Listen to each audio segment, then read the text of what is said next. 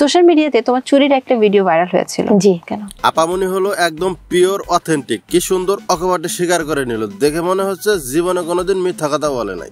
100% সত্যি। দূর মিয়া, না জানে একজনকে এভাবে সার্টিফিকেট দিয়ে দিলেন।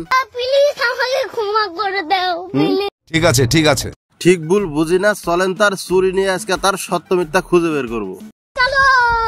সোশ্যাল মিডিয়াতে তোমার চুরির একটা ভিডিও ভাইরাল হয়েছিল। জি, কেন? হয়েছে যে চুরি করেছো? না না, একদমই না। আগেই বলেছি আপামনি হলো একদম পিওর অথেন্টিক। আপামনি যে এই কাজ করতে পারে আমি বিশ্বাস করি না, আমি বিশ্বাস করি না, আমি বিশ্বাস করি না।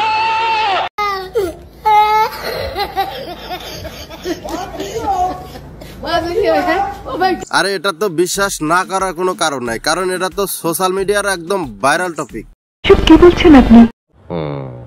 যে চেনটা দিবা আমার কাছে 12 আনা হোক 13 আনা হোক 10 আনা হোক, এটা কালকে মাপলে বোঝা যাবে নাকি? আর কে লেগে দিতে আসছো চেনটা? কি কেমনে টাকা নিচ্ছে? হালত নিচ্ছে আমার কাছ থেকে? কেমনে নিচ্ছে? চুরি করে নিচ্ছে আরো টাকা। बाबू भी एकदम ठीक तो मार साले का खोपड़ी तोड़ साले का मेरा अबे तू तीनों लाजू ना बाबरी कर का जो लगा থাকে তো খবরি টবরি তোলান লাগবো না, আপু কিন্তু বিষয়টা স্বীকার করে নিছে। হ্যাঁ গাইস, আপামনির ভিডিও কথা সবাই ভুলেই গিয়েছিল প্রায়, কিন্তু আমাদের তমা আপুর টক শোতে আসা নতুন করে আবার আলোচনায় আসছে। এইটা আমরা জানতাম।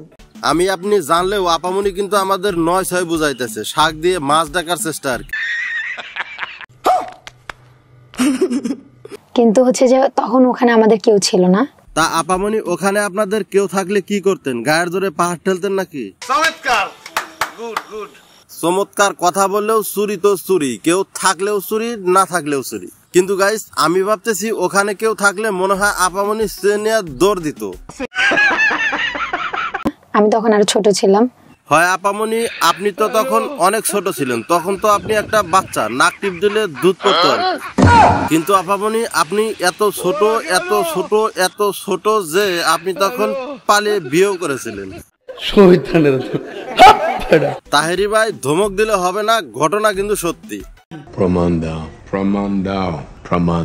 আমাকে গল্পটা বলো, কিভাবে পরিচয় হলো তার সাথে? তার সাথে পরিচয় হয়েছে একটা স্পটে, যেমন আমরা স্পটেই তো পরিচয় হবে, তোমার সাথে আসমানে পরিচয় হবে না? হলো কিভাবে? ও ওখানে গিয়েছিল, আমি ওখানে গিয়েছিলাম। কোনখানে? জায়গাটার নাম বলতেই হবে?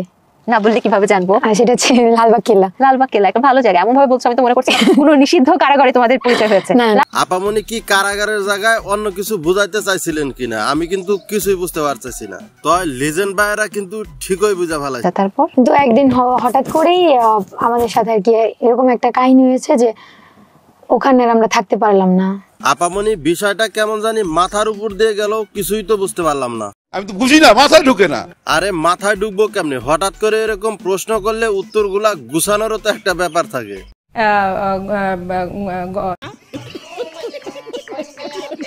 তো তমা আপু, আপনার টক শোতে টিকটকারদের এভাবে ধরে এনে বাস দেওয়ার জন্য আপনাকে অসংখ্য ধন্যবাদ। একদিন হঠাৎ করেই আমাদের সাথে আর কি এরকম একটা কাহিনী হয়েছে যে ওখানে আমরা থাকতে পারলাম না। আপু, এত আমতা আমতা করে লাভ নাই, কারণ এই প্রশ্নের উত্তর আপনার কাছে নাই, আর আপনি এই প্রশ্নের উত্তরের জন্য মোটেও প্রস্তুত ছিলেন না, এটা আমরা বুঝতে পারছি।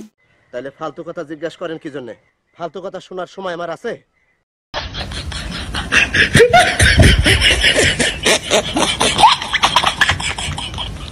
মানে গল্পটা বলো, সবাই তো গল্পটা জানে না। গল্পটা না জানাই থাকুক, আমি চাই না এই কাহিনীটা আনতে। ওরা যেটা মনে করে আসছে এতদিন, ওরা নতুন করে আর গল্প বলার প্রয়োজন আছে বলে মনে করি না, কারণ জাতি আপনার বিষয়টা একদম পুরোপুরি জানে। আল্লাহর নাম নিয়ে সামলায় ফেলবো। তমা আপু, মানুষের খারাপ অতীত থাকতেই পারে, তাই বলে ডেকে এনে এভাবে অপমান করা আপনার মোটেও উচিত হয়নি। আমার ভুল হয়েছে, ক্ষমা করে দেন। সো গাইস, আজকের ভিডিও এ পর্যন্তই, দেখা হবে পরবর্তী কোনো ভিডিওতে। সে পর্যন্ত সবাই ভালো থাকুন, অন্যকে ভালো রাখুন। আল্লাহ হাফেজ।